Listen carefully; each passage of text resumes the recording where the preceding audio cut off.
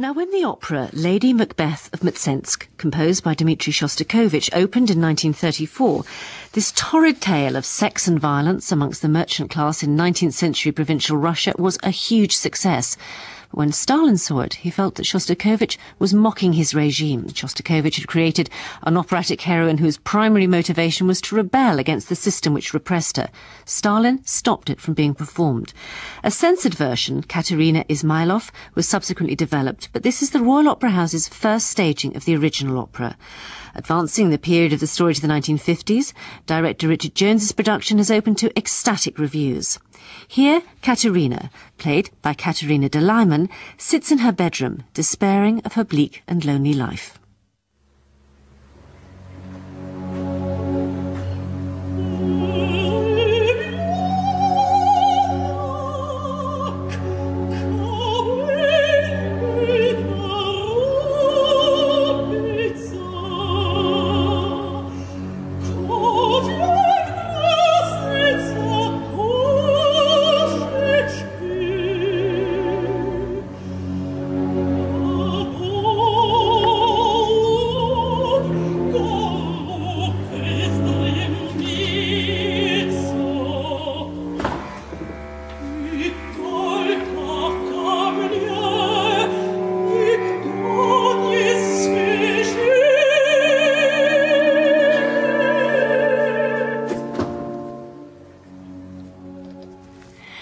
Katerina, why is your character so desperate there? Well, she's in a horrible situation, I must say.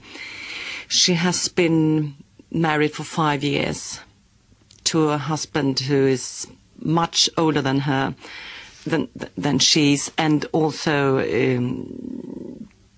doesn't seem to be able to make love to her and give her a child, which she's been longing for.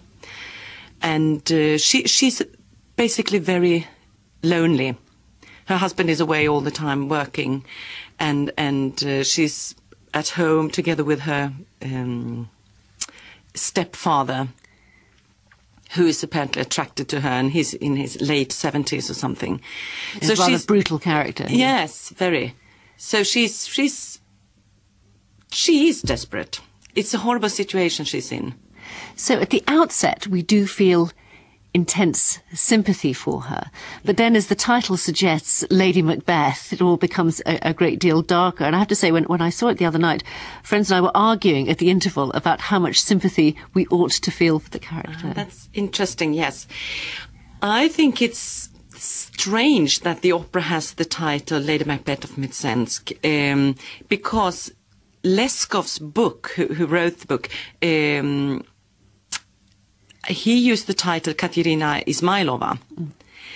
And the character in the book is much, much worse. I mean, she's not a very nice woman in the book, but in the opera I can't see anything that actually is bad about her character. Apart from the few murders. Well, but she's trapped in a situation which she can't solve without committing these murders. And I think, well, I understand her completely, to be honest. It's not that she's evil and she wants to kill and she wants to have power.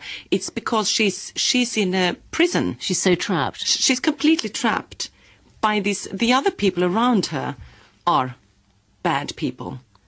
And I suppose we do see the echoes of Lady Macbeth in a lot of the feel, particularly of this staging, but the guilt, the ghosts reappearing, the blood. That's true. That's true. But that's about, I would say, well, the guilt, I must say, is something good. Because if you're really evil, I guess you wouldn't feel any guilt. But she feels guilt, and she has these hallucinations, and I think that's a sign that she's actually not too bad a person. It's a very powerful, not to say exhausting role you're on stage, the whole of the production, I think. Were you daunted by taking it on? Yes, very, yes. The conductor, Tono Papano, had to convince me several times. He had to talk me into it, actually, because I was not terrified, but very sort of nervous about how I was going to manage it. But I'm very happy I did it at last. Do you think that some of that nervousness comes from the fact that you did come to professional singing quite late in life for an opera singer? Well, no, I don't think so. I'm very picky of what I'm choosing to sing. I have sort of a path written in my head about parts I want to sing in the future. So I'm very, I'm very certain about things I want to sing and what I don't want to sing. So this is a little bit of a step out from this path, I must say, because it's very high and it's a very demanding. It's a different kind of singing than I'm used to, but it has been very interesting to do it. And it's very challenging as well from a theatrical point of view. It requires a great deal of acting. The range you go from this depressed woman to a seductress, and then you end up in Siberia, exile. Yes. Was the dramatic side of it important to you? Very. It's almost more important than the music to me. So it's a wonderful character to do, and to be able to get all those feelings out, and with the help of Richard Jones as well. It has been a very hard work, I must say, because he's hard to work with, but fun. And in the end, you realise that it actually works. Well, in a moment, we're going to hear you singing another very powerful, challenging role, which is that of Marie in Wozzeck. Tell us a little bit about that. Well, Wozzeck, I've been singing Marie in Wozzeck, I don't know how many productions, maybe 7 productions or something, and I hope to be doing it in the future as well. That's also a very demanding part, but it's very healthy for my voice, if you talk about the singing, because it has a range over 3 or a little bit less than 3 octaves. So but it's very good for the voice, and the character is very interesting as well.